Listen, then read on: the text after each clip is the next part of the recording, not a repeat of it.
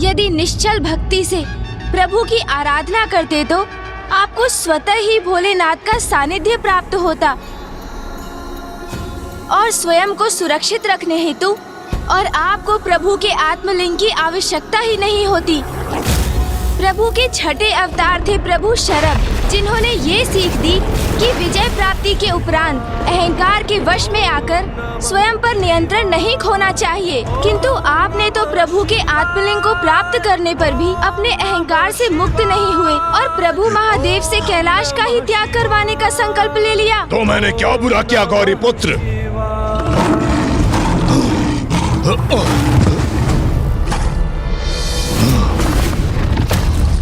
प्रभु के सातवें अवतार प्रभु ब्रह्मचारी थे, जिन्होंने ये स्थापित किया प्रेम और भक्ति दोनों एक ही समान है, क्योंकि दोनों में ही अपने लक्ष्य को प्राप्त करने हेतु अपार निष्ठा और समर्पण की आवश्यकता होती है। किंतु आपने भक्त के कर्तव्य से भटककर स्वार्थवश उनके आत्मलिंग को लंका ले जाने का प्रयास किया। मैं प्रभु के आत्मलिंग का क्यों त्याग करता? मेरा अधिकार था उन पर।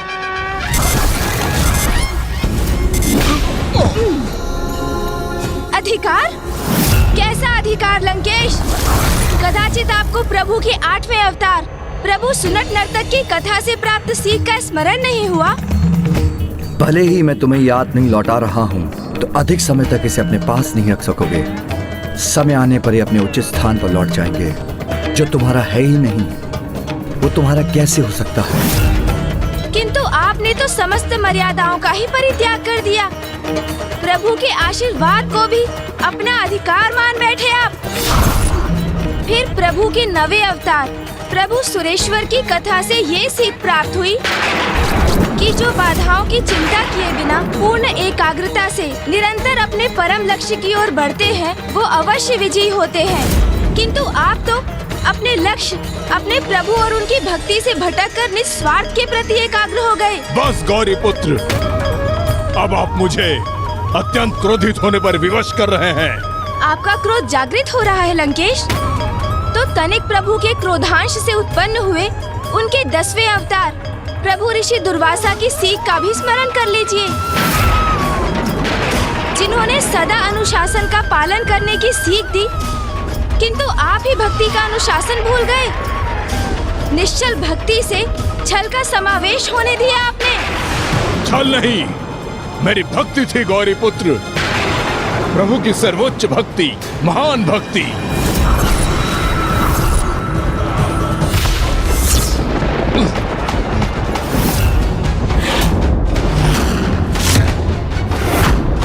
प्रभु के 11वें अवतार प्रभु अवधूत की सीख का स्मरण हुआ आपको?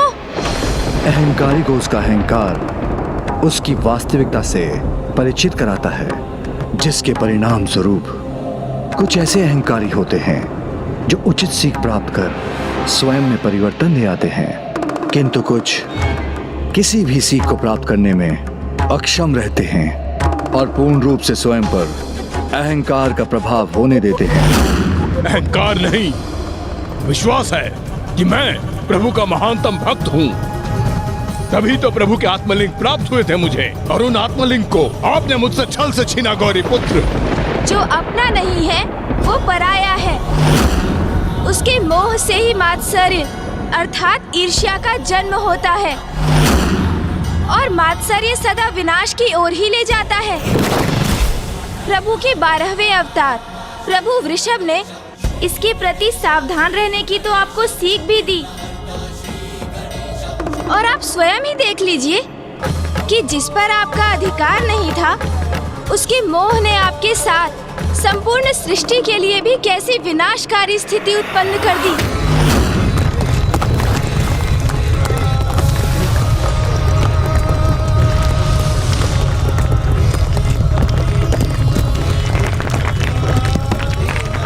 प्रभु के आत्मलिंग पर आए नहीं, मेरे हैं वो।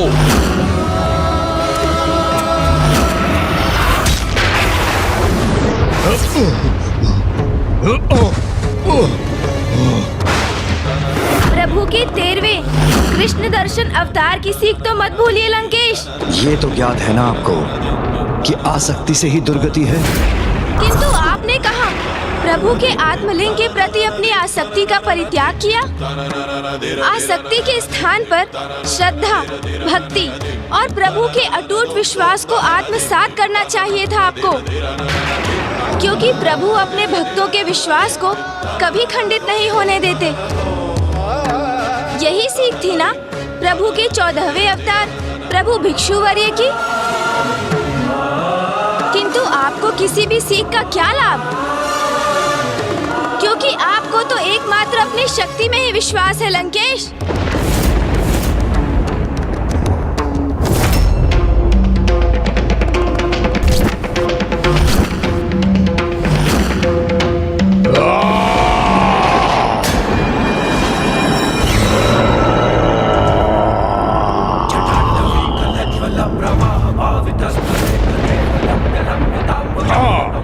अवश्य है, क्योंकि शक्ति संपन्न हूँ मैं, अपार शक्ति है मुझ में, और उसका प्रयोग कब और कैसे करना है ये भी ज्ञात है मुझे।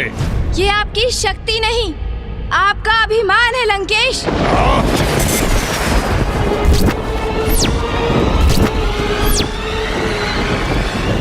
चंद्रहास?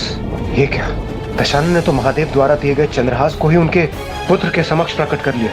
नहीं लंकेश, अब और भूल मत कीजिए।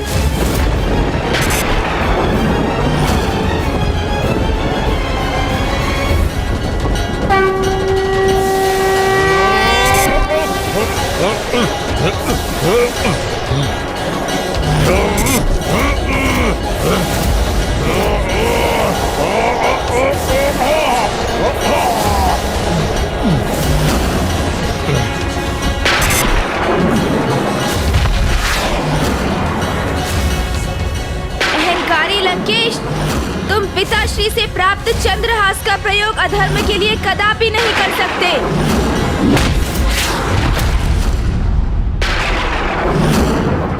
प्रभु के 15वें अवतार प्रभु यक्ष की सीख का स्मरण कीजिए।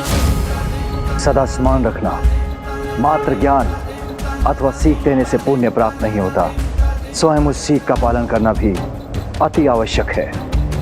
किंतु आपने अपने अभिमान को अपने आचरण का अभिन्न अंग बना रखा है,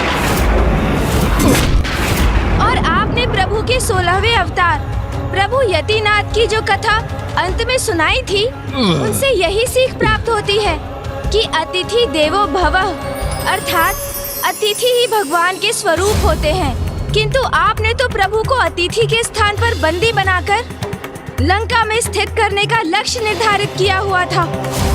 अपने ही आराध्य के साथ छलावा कर उन्हें विवश करते हैं आप, फिर इसका दंभ भी करते हैं कि आप उनके महानतम भक्त हैं। आप जैसे मिथ्या भक्ति करने वालों को ही भक्ति का वास्तविक मर्म सिखाने हेतु प्रभु महादेव अपना अगला अवतार लेने वाले हैं। नहीं। आप क्या समझ रहे थे? मुझे प्रभु के अवतारों का ज्ञान नहीं? नहीं। मैं तो आपको मात्र लंका जाने से रोकने के लिए ही आपसे उनके अवतारों की कथाओं का श्रवण कर रहा था, क्योंकि मुझे तो प्रभु के वो अवतार भी ज्ञात हैं जो भविष्य में प्रकट होंगे, और प्रभु के अगले अवतार हैं प्रभु श्री राम के अनन्य भक्त महाबली हनुमान। महाबली हनुमान, महाबली हनुमान।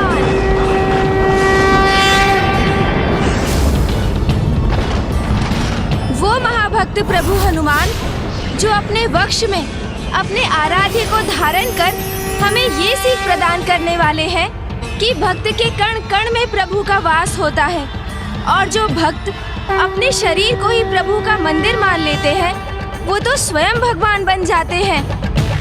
कदाचित उनकी भक्ति देखकर आपको निश्चल भक्ति का महत्व समझ में आएगा, और फिर प्रभु द्वापर युग में काल, क्रोध और यम के अंश अर्थात गुरु द्रोणाचार्य के पुत्र महायोद्धा अश्वत्थामा के रूप में अवतार लेकर जगत को ये सीख देंगे कि प्रतिशोध की भावना से व्यक्ति दूसरे का ही नहीं, स्वयं अपना भी विनाश निर्धारित कर लेता है। और प्रभु के 19वें अवतार होंगे प्रभु किरात, जो एक बनवासी के रूप में धर्मपरायण योद्धा पांडु पुत्र अर्जुन की परीक्षा लेने के उपरांत उन्हें पशुपति अस्त्र प्रदान करेंगे और संसार को ये सीख देंगे कि वास्तविक योद्धा वो होता है जो अपने पराक्रम से युद्ध भूमि में विजय तो प्राप्त करता ही है, प्रभु के हृदय में भी अपना स्थान बनाने में सफल होता है। और एक परम भक्त योद्धा का आचरण आपके सर्वथा विपरीत होता है, क्योंकि आपने तो तपस्या के माध्यम से भी अपनी स्वार्थ की पूर्ति हेतु अपने भगवान से भी छल किया।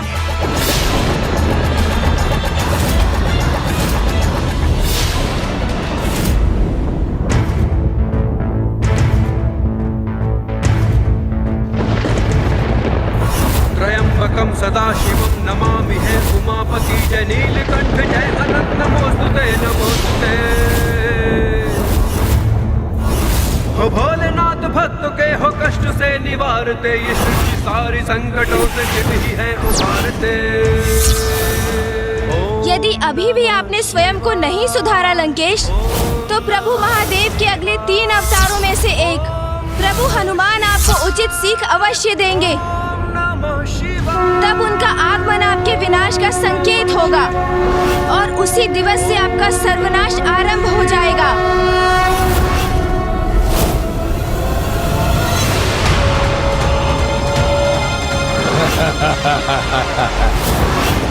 ये सब कहकर आप मुझे भयभीत कर रहे हैं गौरी पुत्र, किंतु ऐसा कुछ भी नहीं होगा, क्योंकि कोई भी शक्ति, कोई भी अवतार मुझे लंकेश रावण को कोई क्षति नहीं पहुंचा सकता। ये दशानन तो अपनी हट पर अड़ा है। अब प्रथम पूज्य गणेश जी दशानन के साथ कैसा व्यवहार करेंगे?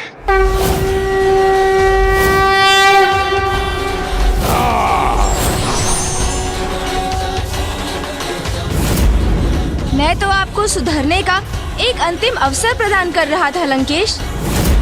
आप अपनी भूल स्वीकार कर सकें, इसलिए मैंने पुनः प्रभु महादेव के सभी अवतारों से प्राप्त सभी सीखों का उल्लेख किया।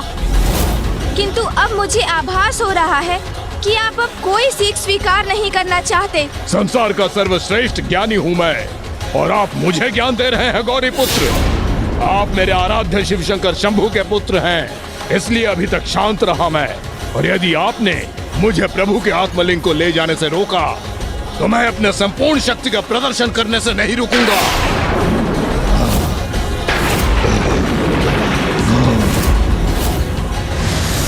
ये लंकेश तो सुधरने के स्थान पर पुनः अपने विनाश को आमंत्रित कर रहा है। सर्वश्रेष्ठ ज्ञानी के लिए भी ये कथन सर्वथा उपयुक्त है। विनाश काले विपरीत बुद्धि।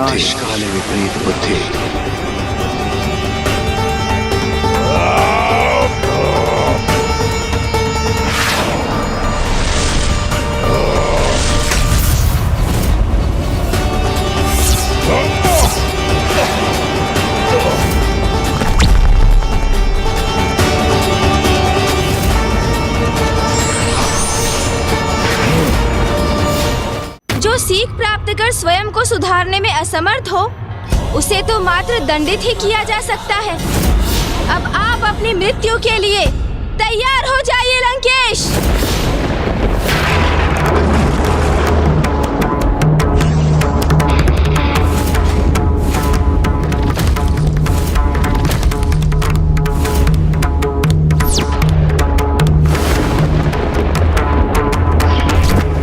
गौरी पुत्र प्रथम पूज्य गणेश जी ने दशानन का संहार कर दिया, तो प्रभु श्री हरि नारायण के श्री राम अवतार लेने का कोई कारण ही शेष नहीं रहेगा। प्रभु महादेव के समस्त अवतारों को प्रथम पूज्य गणेश जी ने तो लंकेश को दंडित करने से रोक दिया, किंतु क्रोधवश स्वयं वही करने जा रहे हैं। नहीं, कुछ नहीं हो सकता मुझे। प्रभु रोक लीजिए पुत्र गणेश को, अन्यथा ना ही प्रभु राम अवतार प्रकट होंगे और ना ही आपके प्रभु हनुमान के प्रकट होने का कोई कारण शेष रहेगा।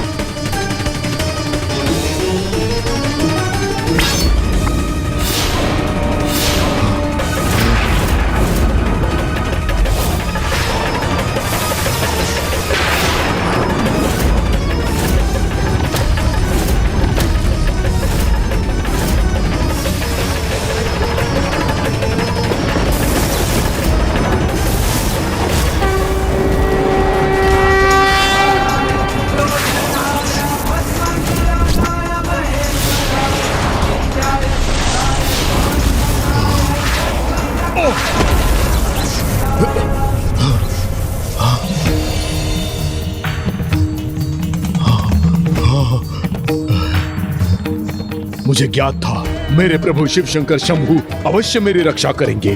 पिताश्री ने अपने त्रिशूल से मेरे वार को क्यों निरस्त कर दिया?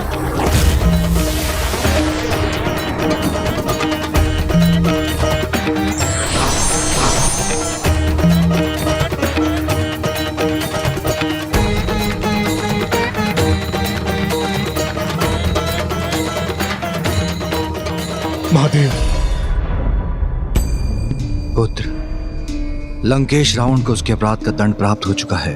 वो आत्मलिंग खो चुका है और यहीं से उसके पापों की गागर भी भरनी आरंभ हो चुकी है। किंतु हमें अभी भी उसे एक भूल सुधारने का अवसर प्रदान करना चाहिए। जैसी आपकी आज्ञा पिताश्री।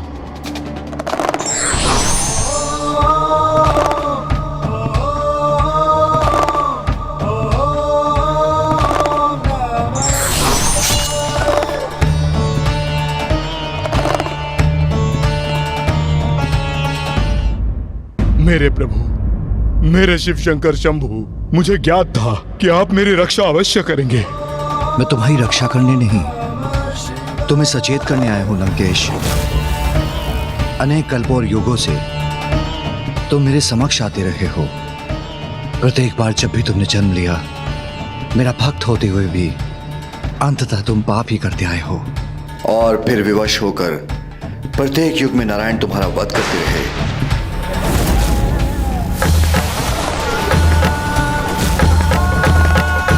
प्रत्येक जन्म में तुमसे एक ही आशा रही है कि इस जन्म में तुम अवश्य सुधर जाओगे, किंतु तुमने मुझे सदा निराश ही किया है लंकेश। प्रत्येक कल्पों और युग में ही नहीं, अपितु प्रत्येक ब्रह्मांडों में तुम इन्हीं भूलों को दोहराते हो और दंडित होते हो। धर्म अधर्म का भेद का ज्ञान होते हुए भी प्रत्येक रावण अधर्म ही करता है। मुझे क्षमा करें प्रभु, किंतु इस बार मैं अवश्य सुधर जाऊंगा। प्रभु, आपने यह अवसर प्रदान किया है मुझे, इसका लाभ अवश्य उठाऊंगा मैं।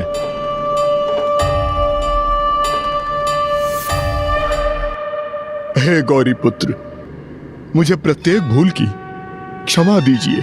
लंकेश, आप इसे अपना अंतिम अवसर ही समझिए और प्रभु महादेव के 19 अवतारों से प्राप्त प्रत्येक सीख का पालन भी कीजिए। अन्यथा आप स्वयं अपने विनाश को आमंत्रित करेंगे।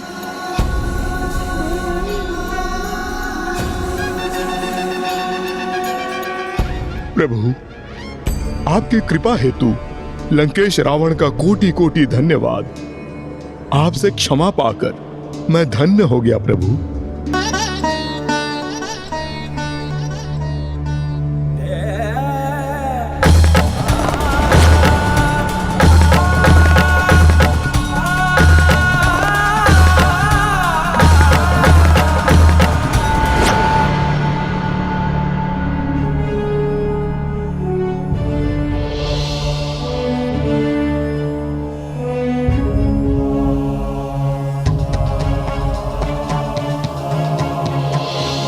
सिन्दूरवर्णं द्विभुजं गणेशं लम्बोदरं पद्मदले निविष्टं ब्रह्मादिदेवः परिसेव्यमानं सिद्धैर्युतं तं प्रणमामि देवं। सिन्दूरवर्णं द्विभुजं गणेशं लम्बोदरं पद्मदले निविष्टं ब्रह्मादिदेवः परिसेव्यमानं सिद्धैर्युतं तं प्रणमामि देवं। सिन्दूरवर्णं द्विभुजं गणेशं लम्बोदरं पद्मदले निविष्टं ब्रह्मादिदेवः परिसेव्यमानं सिद्धैर्युतं तं प्रणमामि देवम्। गौरी पुत्र प्रथम पूज्य गणेश जी की जय। गौरी पुत्र प्रथम पूज्य गणेश जी की जय। गौरी पुत्र प्रथम पूज्य गणेश जी की जय। विघ्नहर्ता प्रथम पूज्य गणेश जी की जय।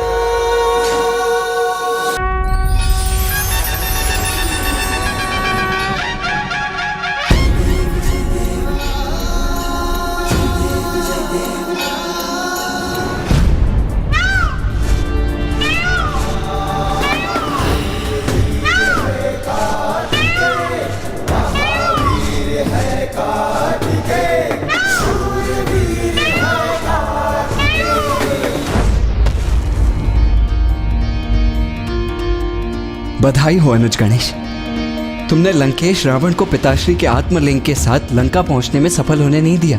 हाँ भैया, किंतु मुझे इस बात का दुख अवश्य है कि मैं लंकेश को और भी शीघ्र रोकने में सक्षम नहीं हो सका। पुत्र, तुम्हें तनिक भी दुखी होने की आवश्यकता नहीं। तुम्हारे कारण काशी और रामेश्वर के समान गोकर्ण भी सदा के लिए एक महान तीर्थस्थल के रूप में विख्यात होगा, क्योंकि स्वयं मैंने ही कहा था कि मेरा आत्मा जहां भी भूमि का स्पर्श करेगा वो वहीं स्थापित हो जाएगा। इसीलिए तो अपनी अपार शक्ति से समस्त कैलाश को उठा लेने में समर्थ लंकेश आत्मलिंग को अपने स्थान से डिगा तक नहीं सके। और जब महाबली रावण भी महाबला महादेव के आत्मलिंग को नहीं डिगा सके, इसलिए आज से इन्हें महाबलेश्वर महादेव के नाम से पुकारा जाएगा। और जो भी भक्त यहाँ गोकर्ण में सत्य निष्ठा भाव से पूजन करेंगे, उन्हें जीवन में कठिनाइयों से जूझने के लिए महाबल प्राप्त होगा। उनकी समस्त मनोकामनाएं पूर्ण होंगी, संकटों और पापों से उन्हें मुक्ति प्राप्त होगी और इस स्थान को मुक्ति स्थल भी कहा जाएगा। पुत्र गणेश, आज से यह स्थान सिद्धि क्षेत्र के नाम से भी जाना जाएगा, क्योंकि मेरे शिवलिंग के साथ यहाँ तुम्हारे भी श्री विग्रह स्थापित होंगे और संसार को सदैव इसका स्मरण कराने हेतु कि तुमने जगत कल्याण के लिए कितनी भीषण कठिनाइयों का सामना किया। तुम्हारी इन प्रतिमा पर लंकेश रावण द्वारा तुम्हारे शीश पर हुए आघात का चिन्ह भी स्थित रहेगा और यहाँ तुम्हारी प्रार्थना करने वालों को साहस, शक्ति और ज्ञानोदय की सर्वोच्च सिद्धि प्राप्त होगी। धन्यवाद पिताश्री। पुत्र, तुम इस यात्रा से अत्यंत क्लांत हो गए होगे। अब तुम्हें शीघ्र ही भोजन और विश्राम की आवश्यकता है, इसीलिए अब हमें कैलाश के लिए प्रस्थान करना चाहिए पुत्र। हाँ माँ, आप सर्वथा उचित कहती हैं। मूषक जी, प्रभु! जी प्रभु! हे महादेव, अब हमें भी प्रस्थान करने की अनुमति दीजिए। मूषक जी, आज तो तीव्र गति से आगे बढ़िएगा, क्योंकि अब मैं कैलाश पहुंचने में तनिक भी विलंब नहीं करना चाहता हूँ। पार्वती के मन में उमड़ी ममता, माँ की गोद में आए विघन हरता। लड्डू, वो भी माँ के हाथों का। लो पुत्र, पुत्र शीघ्र ग्रहण कर लो। इतने समय से तुमने कुछ भी नहीं खाया है पुत्र। लो, इसीलिए मैं तुम्हारे लिए ये लड्डू ले आई हूँ। तो इसे आप ही मुझे खिला दीजिए ना माँ।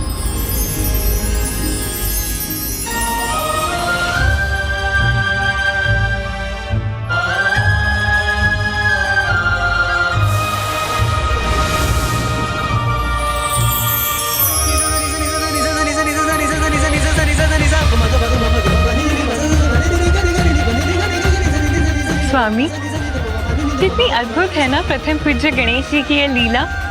कुछ समय पूर्व जिन्होंने महायोद्धा भगवान का विराट रूप धारण कर महाबली असुर लंकेश को अपने अधर्मयुक्त आशय में सफल नहीं होने दिया, अब वही गणेश अपनी माँ के समक्ष एक भोला भाला बालक बनकर अपनी माँ के हाथों से आहार प्राप्त कर रहे हैं।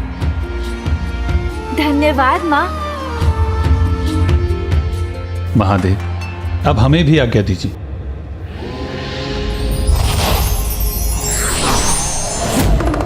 नंदी जी, आप प्रस्थान कीजिए। मूषक जी, अब आप भी चलिए। जी प्रभु।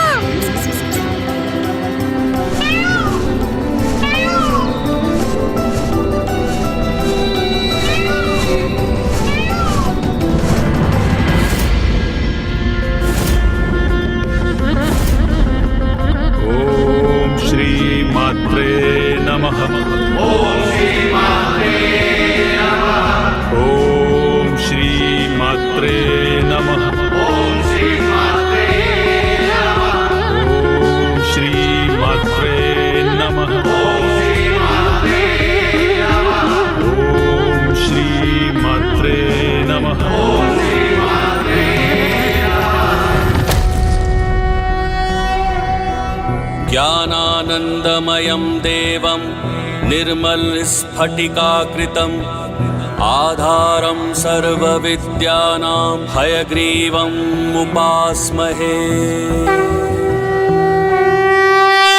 अर्थात हम अभिवादन करते हैं माता पराशक्ति का, जो माताओं की भी माता है, जिनका स्थान सर्वोच्च, जिनकी सृजन शक्ति से समस्त ब्रह्मांड गतिमान है।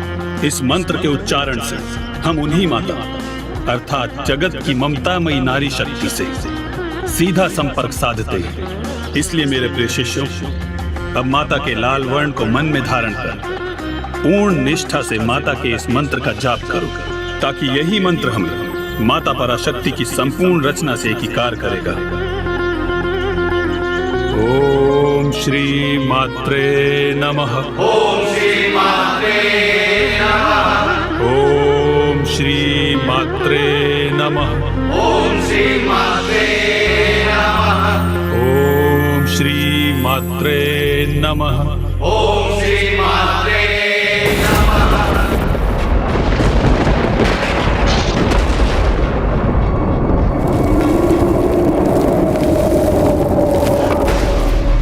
ये किसके भस्म होने का दृश्य उत्पन्न हुआ मेरे समक्ष?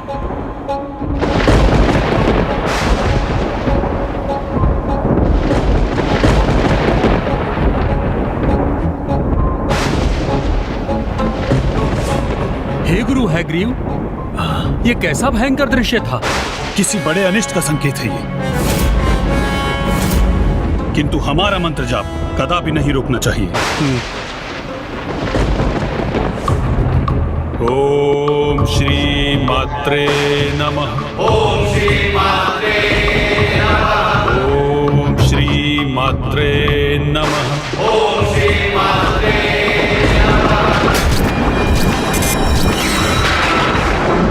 नहीं, इतना बड़ा अनर्थ, सृष्टि पर इतना बड़ा महासंकट, ये कैसे संभव है? क्या हुआ गुरुवर? ये किस प्रकार के संकट का संकेत है? सृष्टि कैसे अनिष्ट का सामना करने जा रही है? भंडासुर, भंडासुर, भंडासुर। प्रभु महादेव के तीसरे नेत्र से उत्पन्न क्रोधाग्नि से भस्म होने वाले कामदेव की भस्म से प्रकट होगा ये महासंकट। बहुत समय पूर्व अपना ध्यान भंग होने के कारण प्रभु महादेव ने क्रोधित होकर कामदेव को भस्म कर दिया था, किंतु कामदेव के क्षय हुए शरीर का भस्म वहीं पड़ा रह गया था, जो अब एक नवीन आकार लेने के प्रयास में लगा है। परंतु यदि उसे रोका नहीं गया तो फिर सृष्टि को एक भीषण संकट का सामना करना पड़ेगा। घोर अनर्थ हो जाएगा इस घटना से।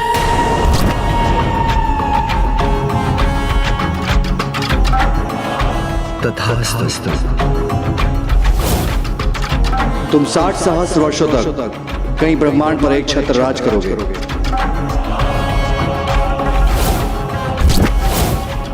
सौभाग्य है तुम्हारा कि तुम मेरे अर्थात भंडासुर के अधीन हो, इसीलिए प्रसन्न रहो। जगत सम्राट भंडासुर की जय जय जय। संकट, सृष्टि का सबसे बड़ा संकट आने वाला है, और इस संकट को कोई और नहीं, स्वयं विघ्नहर्ता गणेश जी ही उत्पन्न करने जा रहे हैं। गणेश जी,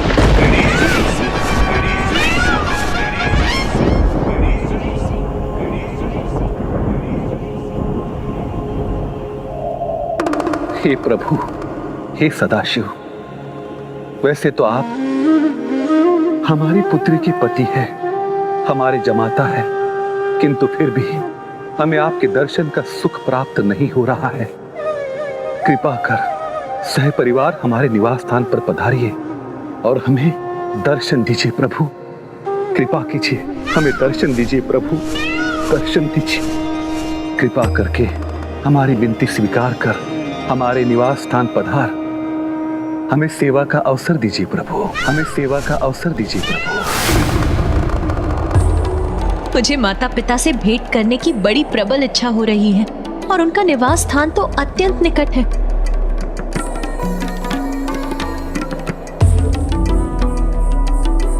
प्रभु, प्रभु, क्या हम अभी वहां? अवश्य प्रिय, मुझे आपकी इच्छा ज्ञात है। आपके माता पिता भी हमसे भेंट करने के लिए अत्यंत लालायित हैं। इसलिए हम अभी वहां जाएंगे। धन्यवाद प्रभु। हम लोग ननिहाल जा रहे हैं। वहाँ बहुत बहुत आनंद आएगा मूषक जी।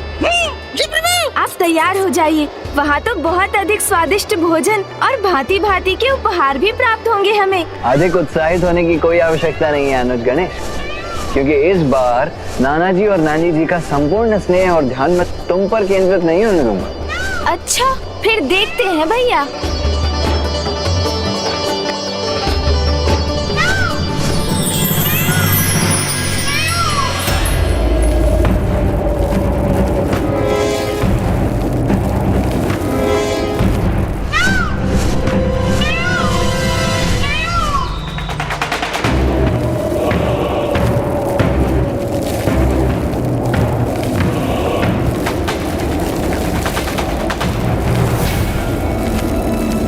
जिस अनिष्टकारी घटना का पूर्व संकेत माता पराशक्ति ने मुझे उन दृश्यों के माध्यम से दिया था, वही सत्य होता प्रतीत हो रहा है मुझे। स्वयं गणेश जी के हाथों इतने बड़े अधर्मी असुर भंडासुर का जन्म होने जा रहा है।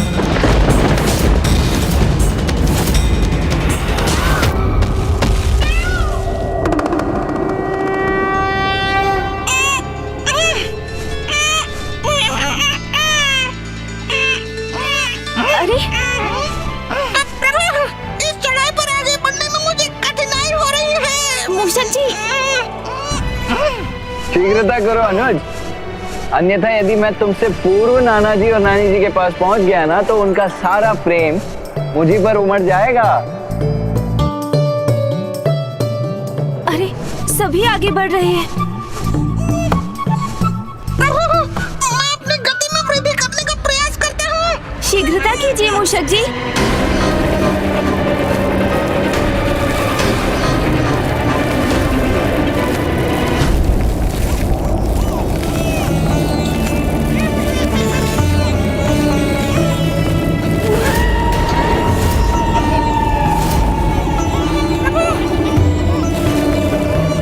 मूषक जी, खीर, लड्डू, मेवा अर्थात उन स्वादिष्ट पकवानों की कल्पना कीजिए जो हमें नाना जी के यहाँ प्राप्त होंगे। इसलिए अपनी गति में वृद्धि कीजिए मूषक जी।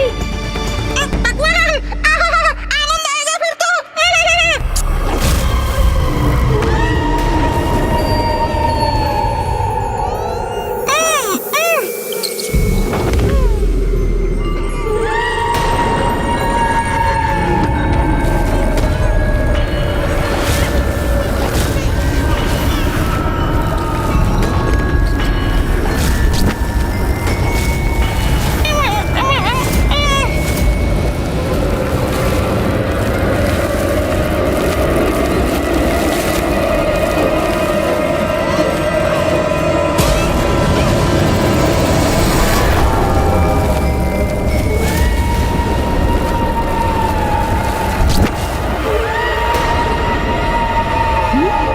कौन है मेरे पीछे?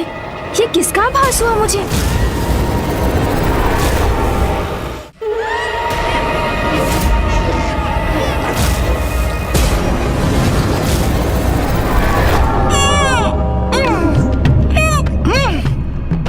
तनिक और प्रयास कीजिए ना मूषक जी। वहाँ पहुँचकर स्वादिष्ट भोजन से अत्यधिक ऊर्जा प्राप्त होगी आपको। प्रभु, उससे अधिक ऊर्जा का प्रयोग तो वहाँ पहुँचने में हो जाएगा। अच्छा तो रुकिए, मैं आपको अपने भार से मुक्त कर आपके साथ चलता हूँ। कदाचित हम इस प्रकार पूर्व में पहुँच जाएंगे। मूषक जी, शीघ्रता कीजिए। चल तो रहा प्रभु।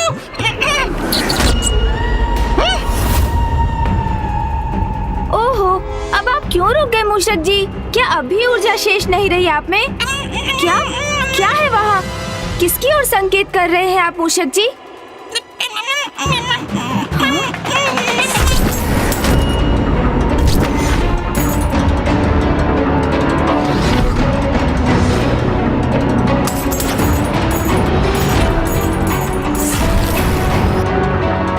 ये नरकंकाल इन मुद्राओं को अपना आहार बनाने की चेष्टा क्यों कर रहा है?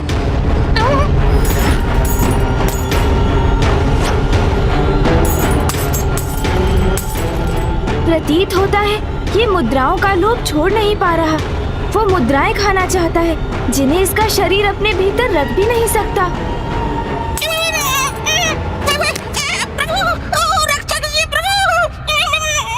मूषक जी, संभालिए स्वयं को।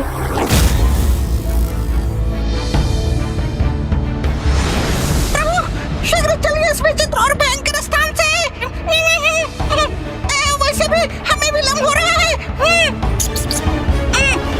जाओ यहाँ से, अन्यथा ताड़ना प्राप्त होगी तुम्हें मेरे हाथों से। मुझे और मदिरा चाहिए। पुत्र, उठो पुत्र, चलो उठो। अरे बुढ़े हट।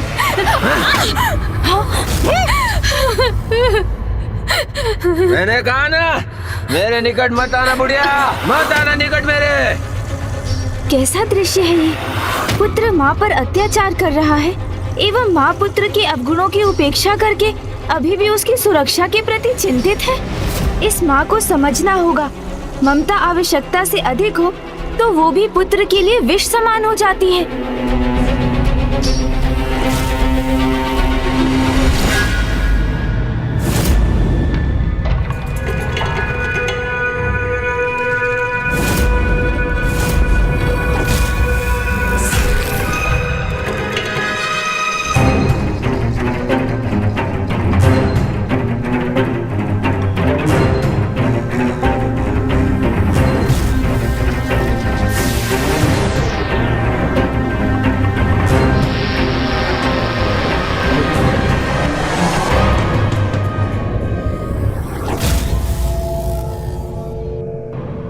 क्या कारण है इन विचित्र दृश्यों और इस अनुचित क्रियाकलाप का? और ये रहस्यमयी पुरुष कौन है? मूषक जी, शीघ्र चलिए, मुझे इन दृश्यों से कुछ विचित्र सा आभास हो रहा है।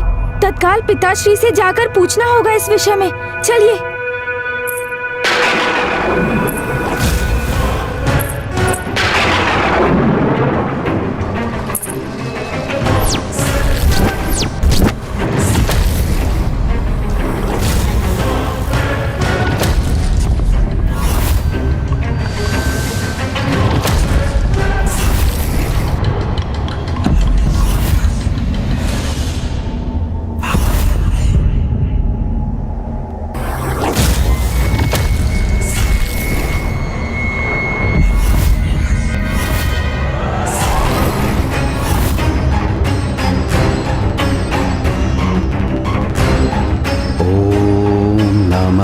शिवाय।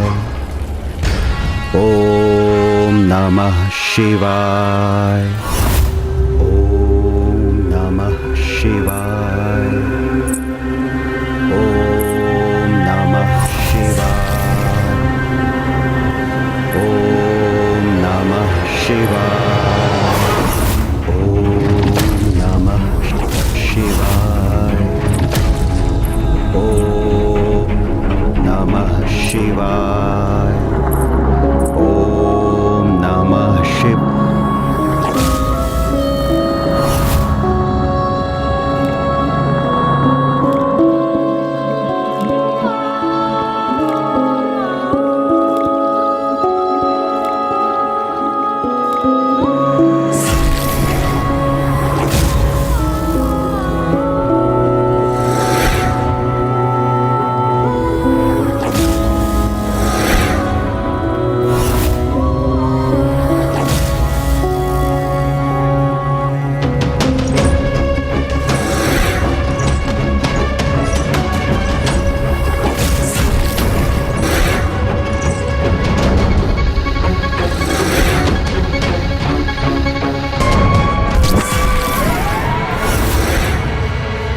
इन्होंने तो अपनी माया के वश में कर लिया इस ब्राह्मण को। अरे, ये कहाँ अदृश्य हो गए?